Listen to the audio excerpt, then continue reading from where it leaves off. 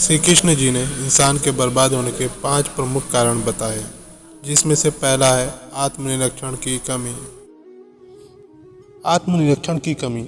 आजकल की भागदौड़ भरी जिंदगी में हम अक्सर खुद को और अपने लक्ष्यों को भूल जाते हैं। श्री कृष्ण जी ने हमें यह सिखाते हैं कि हमें अपने आत्मसमर्पण की जरूरत है और अपने कार्यों का निरीक्षण करना हमें बर्बादी से बचा सकता है। आत्मनिरीक्षण एक महत्वपूर्ण गुण है जो हमें अपने आत्मसमर्पण और लक्ष्यों की स्पष्टता के प्रति संवेदनशील बनाए रखता है। श्री कृष्ण के उपदेशों में हमें यह सीखने को मिलता है कि हमें अपने कार्य को समर्थन में रखना चाहिए, जिससे हम अपने लक्ष्य को दिशा में स्थिर रह सकें। आत्मनिरीक्षण की कमी का मतलब है कि हम अपने जीवन को और उसके महत्वपूर्ण पहलुओं को गहराई से समझने में असमर्थ हो जाते हैं।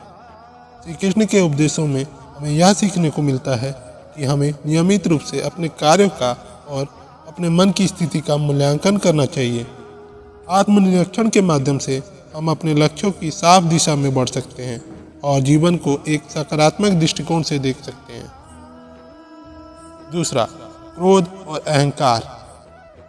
श्री कृष्ण कहते हैं कि क्रोध और अहंकार हमें अपने लक्ष्यों से दूर कर देते हैं। हमें अपने आत्मनिर्भरता को बढ़ाना चाहिए और हमें यह समझना चाहिए कि हम सभी एक ही परमात्मा के बच्चे हैं। क्रोध और अहंकार हमें अपनी स्वार्थपरता में डालकर हमें बहुत दूर ले जाते हैं। अगर हम अपने आत्मनिर्भरता को बढ़ाते हैं और दूसरे के साथ सहयोग में रहते हैं तो हम अधिक संतुलित और शांतिपूर्ण जीवन जी सकते हैं। श्री कृष्ण जी हमें बताते हैं कि क्रोध और अहंकार हमारे आत्मा को दुर्बल बना देता है और हमें अपने लक्ष्य से दूर ले जाता है। क्रोध और अहंकार को संयम से रखने के लिए हमें स्वयं को समझना चाहिए और दूसरों के प्रति समर्पण बनाए रखना चाहिए। यह हमें आत्मनिर्भर और सहयोगी बनाए रखेगा। तीसरा, धर्म का अवगुणता। धर्म की अवगुणता भी हमें एक महत्वपूर्ण कारण है जिससे इंसान बर्बाद हो सकता है। हमें अपने धर्म के प्रति समर्पित रहना चाहिए और दूसरों के साथ सामंजस्य बनाए रखना चाहिए। धर्म के अवगुणता का मतलब है कि हम अपने नैतिक और आध्यात्मिक मूल्य से भटक जाते हैं। श्री कृष्ण जी के अनुसार हमें अपने धर्म के प्रति समर्पित रहना चाहिए और अपने कार्य में ईमानदारी से पहल करना चाहिए। हमें अपने कर्मों और धार्मिकता में मेल करना चाहिए और ईमानदारी से अपनी प्रतिबद्धता बनाए रखनी चाहिए। धर्म की अवगुणता से हमें बचने के लिए हमें नैतिक और सामाजिक जिम्मेदारियों का पालन करना चाहिए। चौथा, अव्यवस्थित जीवन शैली। अधिक से अधिक यह देखा जा रहा है कि लोग अपने जीवन को अव्यवस्थित रूप से जी रहे हैं और इससे उनकी जिंदगी बर्बाद हो रही है। श्री कृष्ण कहते हैं कि संतुलन और व्यवस्था में रहना हमें सफलता की दिशा में मदद कर सकता है। अव्यवस्थित जीवन शैली का अर्थ है कि हम अपने समय और संसाधनों का गुणवत्ता से उपयोग नहीं कर रहे हैं।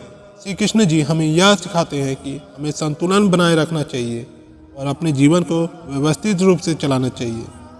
हम अपने समय, संसाधनों और ऊर्जा का बुरा तरीके से उपयोग कर रहे हैं। श्री कृष्ण जी हमें संतुलन और व्यवस्था की आवश्यकता की ओर मोड़ने का सुझाव देते हैं। अपने जीवन को संचालित रूप से चलाने के लिए हमें नियमितता, संयम और उत्तेजना की आवश्यकता है। पांचवा, आलस्य और असमर्थता। अगर हम अपनी जिंदगी में आलस्य और असमर्थता की ओर बढ़ते हैं तो हम अपने लक्ष्यों को हासिल करने में विफल हो सकते हैं।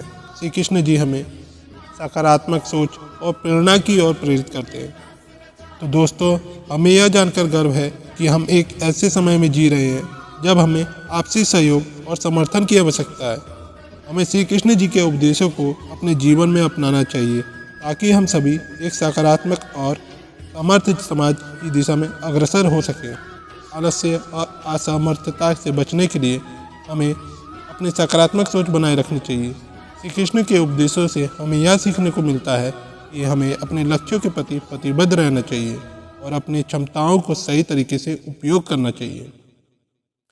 आलस्य और असमर्थता से बचने के लिए हमें अपने आप की उत्तेजना को बढ़ाना चाहिए।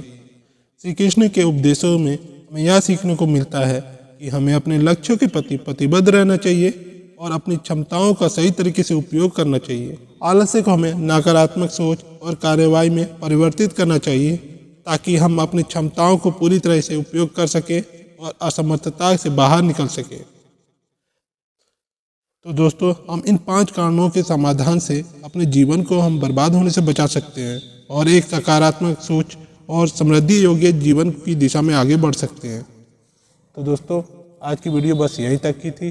अपना ख्याल रखिएगा और हाँ, वीडियो को like, share, subscribe, comment, share जरूर कीजिएगा। मिलते हैं आपसे अगले वीडियो में। धन्यवाद। जय श्री कृष्ण।